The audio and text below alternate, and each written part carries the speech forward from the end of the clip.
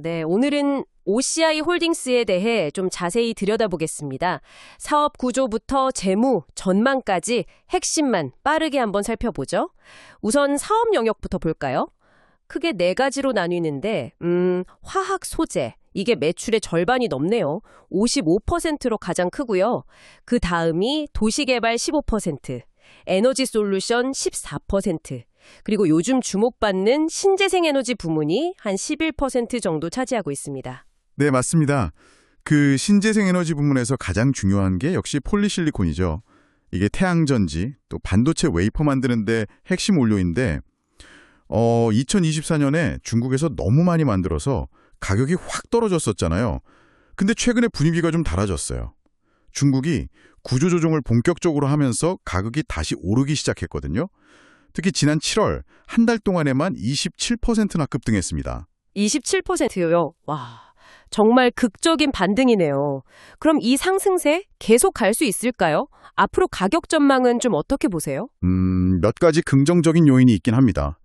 중국 내 생산 능력을 줄인다거나 여름철에 설비 점검하는 것들, 또 고효율 N타입 제품 수요가 늘어나는 것도 가격 상승에는 도움이 될 수 있죠. 하지만 반대로요, 글로벌 재고가 여전히 좀 많다는 점, 그리고 일부 중국 업체들이 생산을 다시 늘릴 수도 있고 유럽 쪽 수요가 좀 둔화될 수 있다는 거, 이런 하락 요인도 같이 있습니다. 그래도 확실한 건 하나 있어요. 미국 시장 중심으로 해서 비중국산 폴리실리콘, 여기에 대한 프리미엄은 당분간 유지될 거다, 이겁니다. 단순히 폴리실리콘 가격만 볼 게 아니라 OCI 홀딩스 자체로도 태양광 사업, 이 밸류체인을 확장하려는 움직임이 상당히 활발해 보이는데요. 맞습니다. 그 말레이시아에 있는 OCI 테라서스 있잖아요. 거기가 비중국 폴리실리콘 시장에서 꽤 중요한 위치를 차지하고 있고요. 또 직접적인 미국 관세 대상은 아니라는 장점도 있죠. 그리고 미국 텍사스, 거기에 미션 솔라 에너지, MSE라고 하죠. 여기는 태양광 모듈 생산 능력을 계속 늘리고 있고요. 추가로 셀 생산 시설까지 만들 계획을 가지고 있습니다. 그 외에도 OCI 파워, OCI 에너지, OCI 솔라 같은 자회사들을 통해서 태양광 발전소 설치나 운영 같은 다운스트림 사업까지 다 하고 있고요. 특히 요즘은 그 IRA, 인플레이션 감축법 수혜 때문에 텍사스 지역 사업에 집중하는 모습이 아주 뚜렷합니다. 기존 사업 강화랑 더불어서 최근에 부광약품 지분을 확 늘린 점도 시장에서 주목을 많이 받았어요. 이건 어떤 의미로 봐야 할까요? 네, OCI 홀딩스가 부광약품 유상증자에도 참여하고 창업주 일가 지분까지 사들이면서 지분율을 17.5%까지 올렸거든요. 이걸로 이제 부광약품 최대 주주 자리를 확실히 한 건데 제약바이오라는 새로운 성장 동력을 좀 확보하려는 의지가 강하다, 이렇게 볼 수 있겠습니다. 기존 화학사업하고 시너지도 좀 생각하고 있는 것 같고요. 그렇군요. 그럼 실적을 좀 구체적으로 보죠. 2025년 1분기 연결 기준 실적인데요. 매출 9,481억 원, 영업이익 350억 원, 당기순이익은 391억 원 이렇게 나왔네요. 다만 영업활동 현금 흐름은 841억 원 유출됐군요. 네, 1분기 실적에서 좀 눈여겨볼 부분이 그 OCI 테라세스입니다. 아까 말씀드렸듯이 미국 관세 대상은 아닌데도 고객사들 수요가 좀 줄면서 매출이 감소했다는 점, 이게 좀 특징적이에요. 하지만 재무 상태 자체는 아직 괜찮습니다. 1분기 말 연결 기준으로 부채 비율이 63.7%면 낮은 편이고요. 현금성 자산도 한 9,865억 원 정도, 이익잉여금도 약 3조 5,651억 원, 이 정도면 재무 건전성은 양호하다, 이렇게 평가할 수 있습니다. 주주들한테는 좀 어떤 모습이었나요? 주주 환원 정책은 괜찮았습니까? 2024년 기준으로 보면요, 상당히 적극적이었어요. 연결 순이익의 거의 98%에 달하는 돈을 배당 주고 또 자사주 사서 소각하는 데 썼습니다.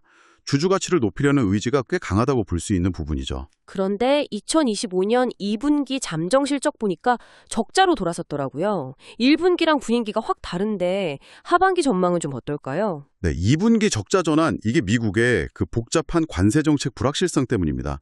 그게 최고조에 달했거든요. 동남아 4개국에 대한 반덤핑 상계 관세, AD/CVD라고 하죠. 그거 부과 가능성이나 IRA 법안 수정 논의 같은 게 막 겹치면서요. 말레이시아 OCI 테라세스 고객사들이 주문을 확 줄인 거죠. 그 영향이 결정적이었습니다. 그래도 하반기에는 이런 관세 불확실성이 좀 해소될 걸로 보고요.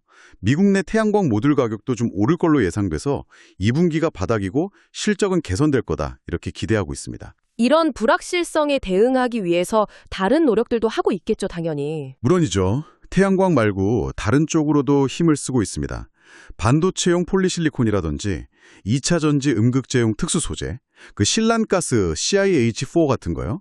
또 뭐 ECH, 에피클로로히드린, CA, 클로로알칼리 같은 고부가가치 첨단 화학 소재 쪽으로 사업 포트폴리오를 다각화하면서 리스크를 분산시키고 있습니다. 최근에 일본 화학기업 도쿠야마랑 합작법인 만든 것도 같은 맥락으로 보시면 됩니다. 반도체용 폴리실리콘 생산 관련해서요. 자, 그럼 이제 거의 다 온 것 같은데요. 마지막으로 OCI 홀딩스 투자 관점에서 매력 포인트랑 또 주의해야 할 위험 요인, 이걸 좀 정리해 주시죠. 네, 투자 포인트부터 보면요. 첫째는 미국이 중국 빼고 공급망을 재편하려는 움직임이 빨라지고 있다는 거. 여기서 수혜를 기대해 볼 수 있고요. 둘째는 미국 내 태양광 모듈이 부족해지면서 가격이 오를 가능성.